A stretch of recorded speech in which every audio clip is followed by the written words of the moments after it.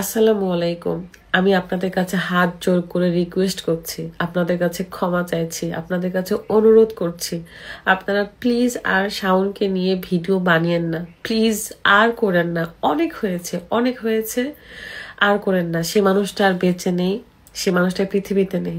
আমি তার পরিবারের হয়ে, তার বাবা মার হয়ে আমি আপনাদের কাছে অনুরোধ করতে এসেছি, আপনারা প্লিজ আর মাতামাতি কইরেন না এই টপিকটা নিয়ে। প্লিজ শুধু দোয়া করেন, এইটুকুই চাই। তার পরিবারকে শান্তি দেন, আমাদেরকে একটু বাঁচতে দেন। কারণ এই বিষয়টা না এত বেশি মাতামাতি হয়ে গেছে যে সোশ্যাল মিডিয়ায় তো ঢোকা যাচ্ছেই না। তার বাবা মাও বিরক্ত, তার বাবা মাও কষ্ট পাচ্ছে যে আমার ছেলেটাকে নিয়ে এত এত কথা বলতেছে সবাই। মৃত্যু, জন্ম, বিয়ে এগুলো তো আসলে আমাদের হাতে নেই, আমাদের হাতে নেই। হয়ে গেছে, একটা একটা অ্যাক্সিডেন্ট হয়ে গেছে। হ্যাঁ, কারো কারো চোখে অ্যাক্সিডেন্টের দায় আমার, ঠিক আছে। আপনারা আমাকে যা খুশি বলেন, কিন্তু প্লিজ শাওনকে নিয়ে আর কথা বললেন না। প্লিজ হাত জোর করে রিকোয়েস্ট করছি, আমি ক্ষমা চাইছি। আমি গতকাল রাজশাহী থেকে ঢাকায় আসছি। এত খারাপ সিচুয়েশনের মধ্যে আমাদের আসতে হয়েছে, আমরা বাধ্য। কারণ আমরা অনেক অনেক কোম্পানির সাথে দায়বদ্ধ কাজ করা নিয়ে। কারণ আমরা পেমেন্ট তো নিয়ে রাখি, যেটার কাজ ডেলিভারি দিতে হয়। কাজ করতে আসছি। তো আমার ফেসবুক পেজ, ইউটিউব, টিকটক কোথাও আমি সেই অ্যাক্সিডেন্টের পর থেকে একটা সিঙ্গেল ওয়ার্ড পোস্ট করি নাই। আজকে এই ভিডিওটা করার একটাই কারণ, আমি গত একটা ইন্টারভিউ দিয়েছি। আমি টোটাল 2টা ইন্টারভিউ দিয়েছি। একটা এখনো আপলোড হয়নি, আরজে নীরব ভাইয়ার। সেটা আপনারা দেখে নিন। সেটা আমি খুব রিল্যাক্স মুডে ইন্টারভিউটা দিতে পেরেছি, সব কথা বলতে পেরেছি, কারণ সেটা একটা ঘরের মধ্যে ছিল। আর আপনারা যে ইন্টারভিউটা এখন দেখেছেন, যেখানে আমার ফেসে হাসি দেখতে পাচ্ছিলেন, সেই ইন্টারভিউটা একটা, সেটাও স্টুডিওর ভিতরে ছিল, কিন্তু অনেক অনেক 15-20টা শুধু ক্যামেরা ছিল, অনেক মানুষ ছিল। আমি এত জার্নি করে ঢাকায় আসছি, আমি খুব ঘাবড়াচ্ছিলাম, খুব টেনশনে ছিলাম।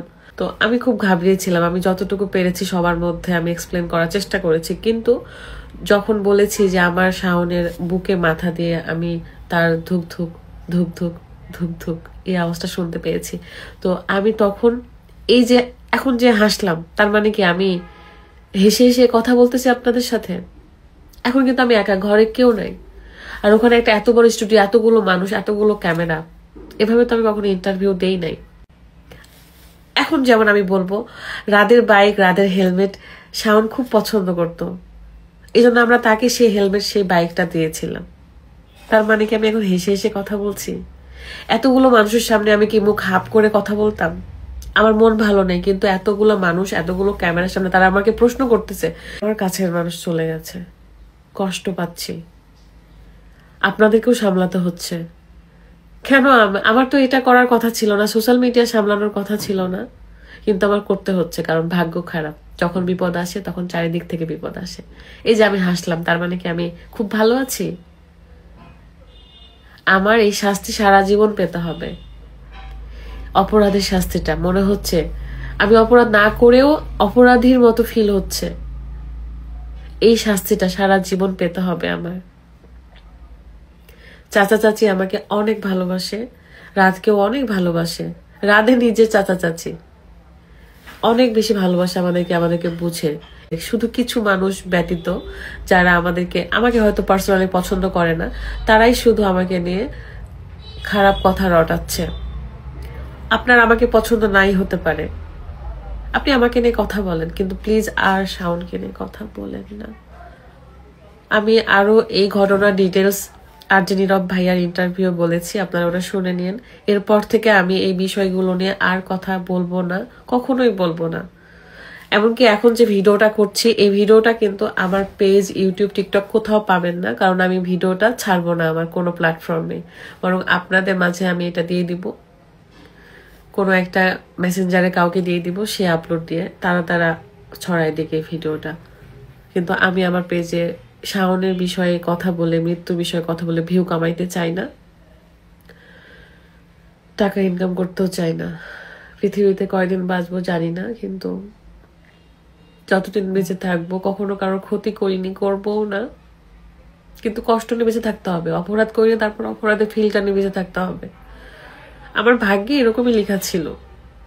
আমি ভেবেছিলাম আমার সুখ শেয়ার করলে আপনাদের ভালো লাগবে, কিন্তু ভালো হয়নি। আমার শুধু ক্ষতি হয়ে গেল, আমার ভাইয়ের জীবন চলে গেছে। যাই হোক, কষ্ট কেমন, ফিলিংস কেমন, অপরাধের শাস্তি, সারা জীবন বয়ে বেড়ানোর ফিলিংস কেমন, সবই বুঝে গেছি আমি। আমার এভাবে বেঁচে থাকতে হবে। সবাই শাওনের জন্য দোয়া করবেন, আর প্লিজ এই মানুষটাকে নিয়ে আর বাড়াবাড়ি করেন না, প্লিজ করেন না। সবাই একটু স্টপ যান, দোয়া করেন, দোয়া করেন। আমার ভুল ত্রুটি ক্ষমা করেন, আমাকে মাফ করেন। মানুষ কয়দিন বাঁচে? আপনাদের ভালোবাসা নিয়ে এই জায়গাতে এসেছিলাম, ভালোবাসা নিয়ে বিদায় নিতে চাই। তবে সবকিছুর জন্যই আমি ক্ষমা চাচ্ছি, মাফ করবেন। শুধু আমাদের শাওনকে নিয়ে আর আপনারা কোনো ভিডিও করেন না। তার পরিবারকেও শান্তি দেন, আমাদেরকেও শান্তি দেন, আমাদেরকে স্বাভাবিক জীবনযাপনে ফেরত আসতে দেন। সবাই দোয়া করবেন, ভালো থাকবেন।